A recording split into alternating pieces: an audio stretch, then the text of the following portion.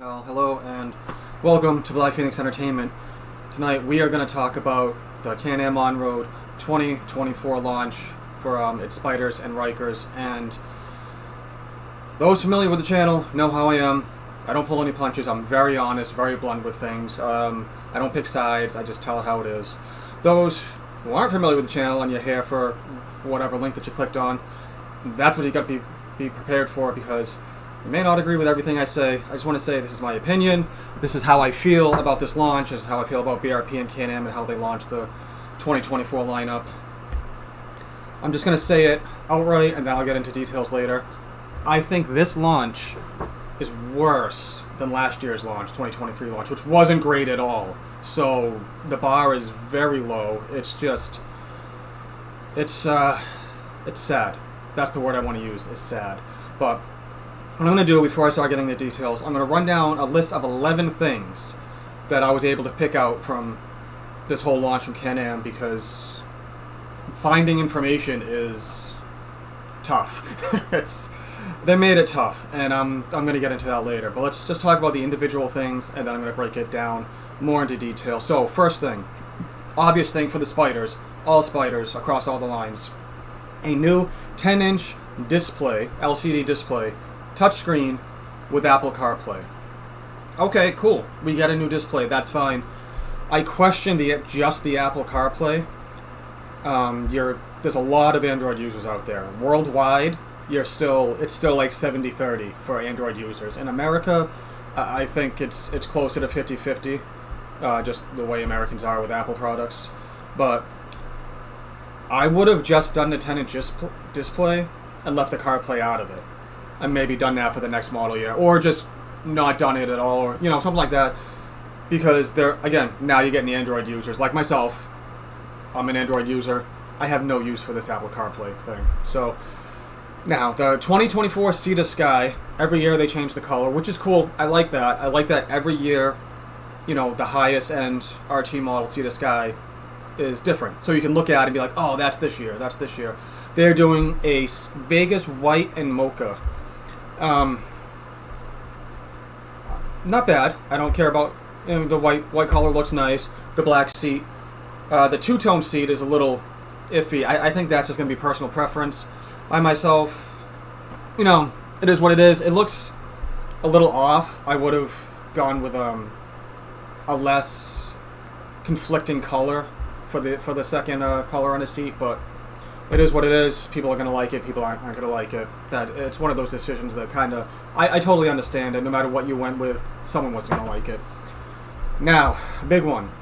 For the F3 models, they finally get LED headlights. That is huge, and I know that is something that people have been asking for, and I do applaud for Can Am for actually finally doing that for the Spyder F3 models.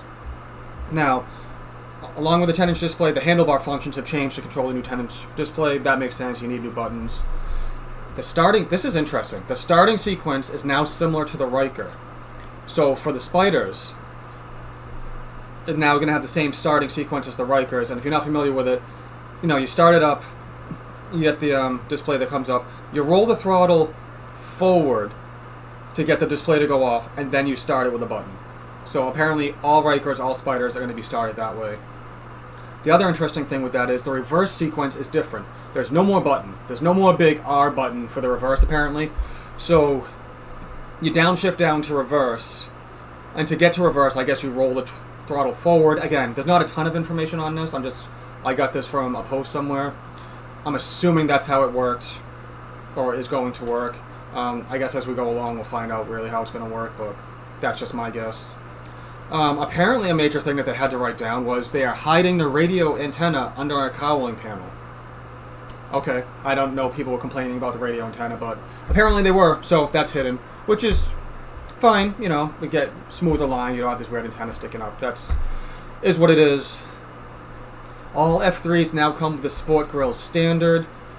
Okay, that's cool. You get a different grill. The F3 Limited Series is now, that they changed the color for that too, which is cool. Same deal with the Sea to Sky. Apparently a lot of people have asked for this, and again, every time this happens, I will applaud you. I will give credit where credit is due. And I'll also not give credit where credit is due, but on this one, Cognac was the color that people were asking for. That's the color for the new F3 Limited Special Series for 2024. And apparently it comes with the backrest stock. Great. When you're getting these limited models, it should come with options like that for the amount of money that you're spending. I'm going to skip this one because it pisses me off. The next one is the electric two-wheel bikes that they announced a while ago are going to be in production for the end of 2024. So it sounds like they're going to be 2025 models. The thing I skipped, and we're going to jump right into it because I myself am a Ryker rider. Rykers have new panels and wheels. That's it. Rykers get absolutely nothing else but different painted rally wheels and some panel sets that you still have to pay for in the accessories catalog. That's it. That is. Now, I'm trying to understand this and find the words. In my Instagram post, I had mentioned lazy. I had mentioned just disappointing is the word. If you have something big planned for 2025 for the Rykers, this is when you say it. When you launch everything else, you say, hey, here's the 2024 model. We're giving you this, but for 2025, this is what we have planned. You didn't do that. So now we're watching this. We watched these launches. We read all your posts, watched everything. This is it. This is all the Ryker riders are getting. And again, it's disappointing. It's sad. And it should be embarrassing for everybody that works at BRP and Can Am on-road. For R&D, for marketing, for anyone who works on this stuff, you should be absolutely embarrassed that you launched a 2024 Ryker with 0 changes. And I say 0 because someone with a 2022 or 2023 Ryker can get these wheels, paint them silver, and get the body panels or paint them or whatever, and it looks like a 2024 model. It doesn't matter. There's 0 difference. And it outright pisses me off. And I know other Rykers riders are pissed off. And again, you guys should be embarrassed at Can Am on-road for doing this. And what I don't get is you had this for show during the launch. This is their 50-year rally Ryker paint job. This is a promo. They are not selling this as it sits. This would sell. If you put this on a center lot on a dealer in the showroom, exactly how it is, I got another shot of it, how this is, people will buy this. But no, you guys, somebody at Can Am decided, no, we're just going to make this a promo model and not make it available to the public. So there weren't even that many big changes for the Spyders, but the Spyder changes were, it's going in a good direction. Yes, let's get some LEDs, let's get some dash lights, let's get some stuff like that. That works. What really needs to be refreshed is the powertrain. We have been asking for more power for years. You've got a 1330 motor in there and you're not even using anywhere close to the amount of power it can put out. Same with the Rykers. That 900cc motor can push out well more than what it's pushing out now. And it's just, we need change. We need something that is significant enough for us to justify spending the money, because you keep raising the bar, you keep raising the prices every year, to buy a new Spyder or a new Ryker. And I'm going to hound on the Rykers more because, again, I'm a Ryker rider, and I'm just absolutely astounded that you did nothing with it. And what we've been asking for is a sports performance model. I've got the Ryker Sport. Fun for what it is. Again, that 900 Ace motor from Rotex, you have stock turbo versions of that. You have the regular Ace Turbo, which puts out 140 horsepower, and you have the Turbo Ace R, which puts out 180 horsepower. Yes, I get it. It's going to take some money and some R&D and some time to, it'll fit. It'll fit on the frame, we know that. But just getting everything else together, that's just that alone. Even detune it a little bit, put the 140 down to 120, put the 180 down to like 140 or 150 or something like that. People will buy it. And how anyone at Can Am does not understand this is absolutely beyond me. And not only that, there are no changes to lineup, which means you're not fixing the VSS issues, you're not fixing the sensors, you're not fixing any of the issues that have come up since 2019, since the day one launch. You have known of these problems, and none of them have been fixed along the line. That basically tells us that you just don't care. And I get it. I know this is my opinion, and this is how I feel. I'm not catering to anybody. I love the Ryker. I love riding it. I have a lot of fun on it. But when the company does something like this on a launch and just completely ignores an entire segment of their customer base, it's frustrating. Another thing with the launch is I didn't even know what was happening. And a few people online didn't know what was happening. We had no idea where to look. We don't know any times. Your last Instagram post was 10 weeks ago. That had nothing to do with the 2024 launch. I'm part of the Ride Out group. I didn't see anything posted in there. Something should have been pinned. Should have been like tag everyone. Stuff like that. Just simple little things that a large company like BRP and Can Am On-Road is missing worries me. Because the people that you have working for you, especially in marketing, should be on top of that, and they're not. And you've got a little YouTuber like me pointing these things out to you. That should be worrying, and that should be worrying to the people watching this video. Like, I have no problem. Your headquarters is 4 hours from me. I would have no problem making the drive up, not asking for a job, just discussing these things with you for free, because I want to see the brand succeed. I want to see the Ryker succeed. I want to see the Spyder succeed. I want to see younger riders hop on a Spyder, hop on a Ryker, and enjoy it and have the fun that they want to have fun with it. Because you can have different models and different power levels and stuff like that.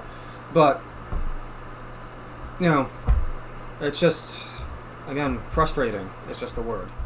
And speaking of frustrating, and I know you guys got your ambassadors and all of that, and I completely appreciate all of my flock, my subscribers who keep kind of messaging me and asking me why I'm not an ambassador.